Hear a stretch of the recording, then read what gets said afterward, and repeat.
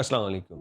Saudi Arabia में जो सबसे ज़्यादा महरूम तबका था, जो घरों के अंदर रहने की वजह से या कह लीजिए ज़्यादा पढ़ा लिखा नहीं होता था और अपने हुकूक का इल्म नहीं और आवाज़ बुलंद करने का पता नहीं, इसलिए इस तबके का बहुत इस्तेहसाल होता था।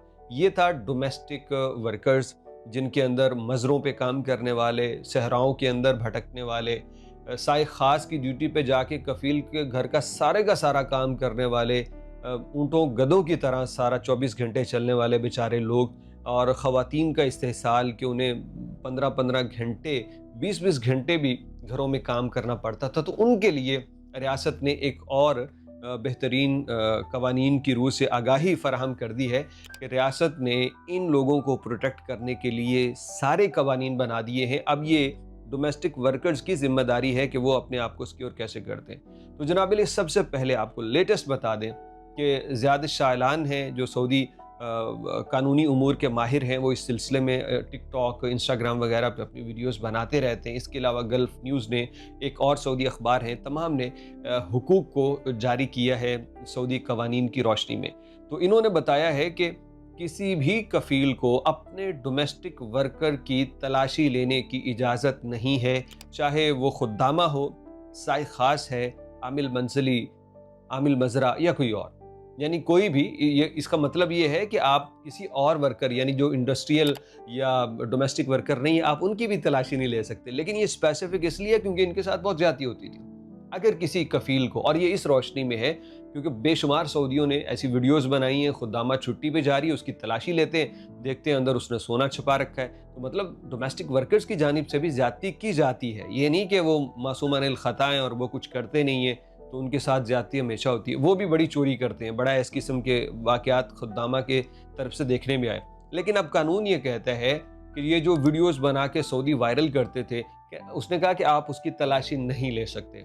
अगर आपको किसी वर्कर के ऊपर शक है तो आप अपने करीबी पुलिस स्टेशन जाएंगे, वहाँ उनको बताएंगे और फिर पब्लिक प्रोसिक्यूशन की रोशनी में उस बंदी का जो है सर्च किया जाएगा उसको, और देखा जाएगा कि उसने कोई चीज़ छिपा ली है या नहीं। किसी के मोबाइल फ़ोन को कोई कफ़ील, कोई उसका जो मालिक है वो चेक नहीं कर सकता। कफ़ील के घर वाले कोई भी किसी वर्कर के मोबाइल फ़ोन को चेक नहीं कर सकते, और पुलिस वाले भी हर किसी का मोबाइल फ़ोन चेक नहीं कर सकते। हाँ, अगर कोई दहशतगर्दी या मखसूस हालात का कोई मामला हो तो फिर पुलिस चेक कर सकती है। हर किसी का मोबाइल फ़ोन पुलिस भी बग़ैर किसी वजह के चेक नहीं कर सकती। ये भी बताया गया है कि पासपोर्ट वगैरह दीगर डॉक्यूमेंट तो आपके पास होंगे ही। 1 जनवरी 2026 से तमाम डोमेस्टिक वर्कर्स की तनख्वाहें उनके बैंक अकाउंट में आएंगी। ये आखिरी मरहला है जिसको 2025 में मरहलावार नाफिज किया गया कानून को। उसका आखिरी मरहला 1 जनवरी 2026 को नाफिजुल अमल हो जाएगा। एक डोमेस्टिक वर्कर भी अगर किसी सऊदी के पास है तो वो पाबंद होगा कि उसकी तनख्वाह उसके अकाउंट में ही आए, ताकि जो तनख्वाहें दबा के बैठ जाते थे, जो हुकूक पूरे नहीं देते थे, वो अब इस्तेहसाल ख़त्म हो सके। इसके अलावा हमने पिछली वीडियो में आपको बताया था कि एक डोमेस्टिक वर्कर से ज़्यादा एक दिन में 10 घंटे काम लिया जा सकता है और उसके बाद उससे काम नहीं लिया जा सकता। ज़्यादा काम हो तो उसका ओवर टाइम या उसकी कंपनसेशन कफ़ील देने का पाबंद होगा। 7 दिनों में एक दिन 24 घंटे की मुकम्मल छुट्टी डोमेस्टिक वर्कर का राइट बनता है।